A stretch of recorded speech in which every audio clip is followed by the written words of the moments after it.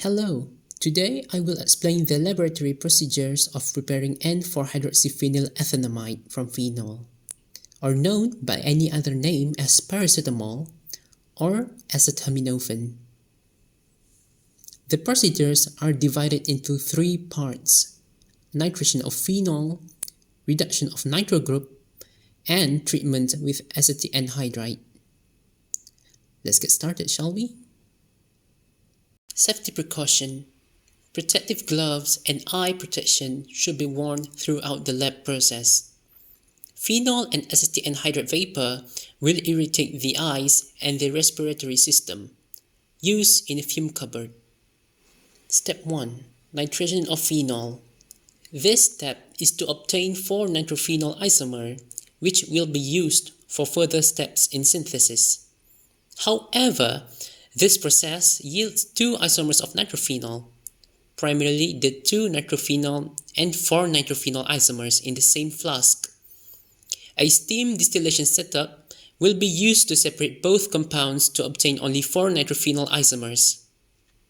First, a 3-necked round-bottom flask is placed in an ice water bath with a thermometer into one of the necks. An amount of 15 grams of sodium nitrate is placed into the flask, and 40 centimeters cubed of water and a magnetic stirrer are added. Add 13.6 centimeter cube of concentrated sulfuric acid into the solution, and then slowly add 9.4 grams of solid phenol at such a rate that the temperature of the solution does not rise above 20 degrees Celsius.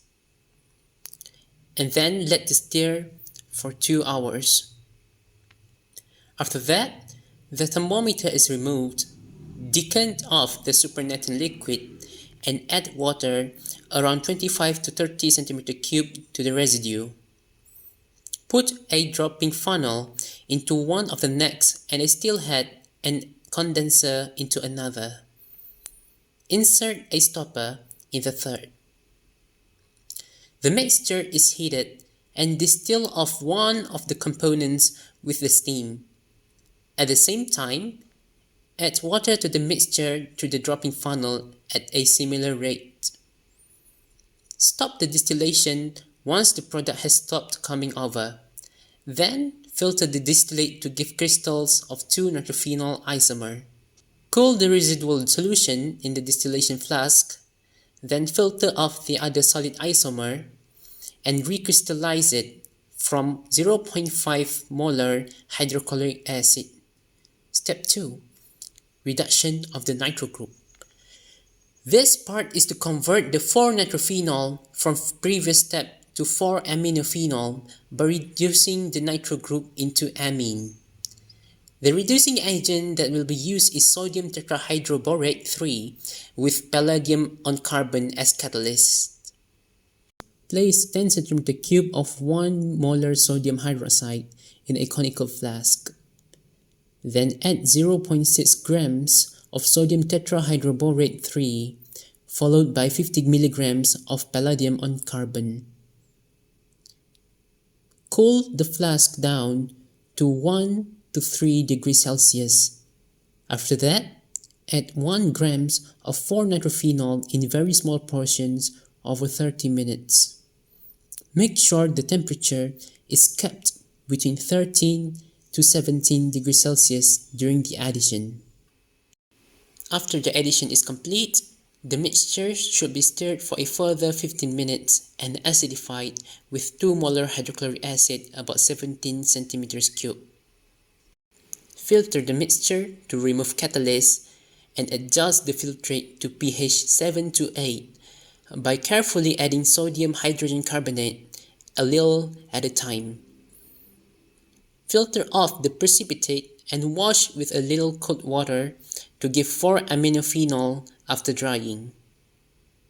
Step 3. Treatment with acetic anhydride. This is the final step for this procedure. 4-aminophenol is made to react with acetic anhydride to obtain N,4-hydroxyphenyl ethanamide. First, place 1 grams of 4-aminophenol and 9 cm cube of distilled water in a conical flask and stir briskly at room temperature in order to suspend the solid in the water.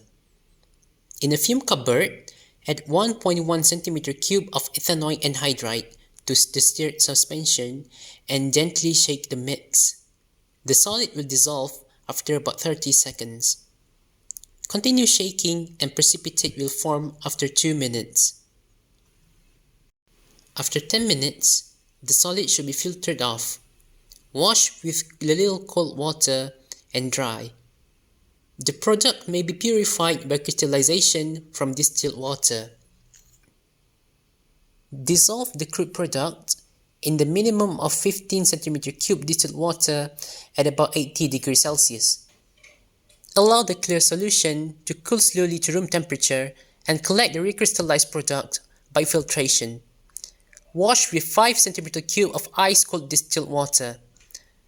Dry the recrystallized product either between filter papers or by gently warming in an oven and determine the yield.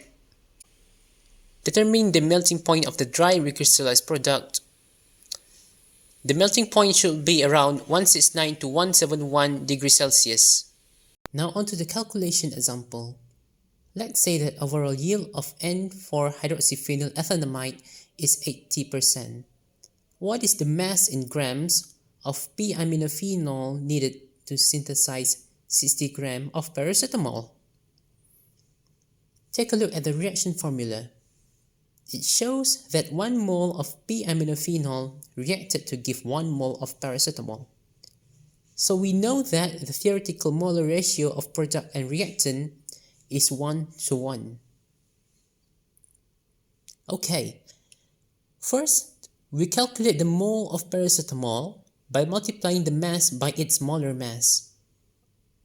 Next, to calculate the theoretical 100% yield, we assume that X is the 100% yield, and our current mole value is equal to 0.8 of X.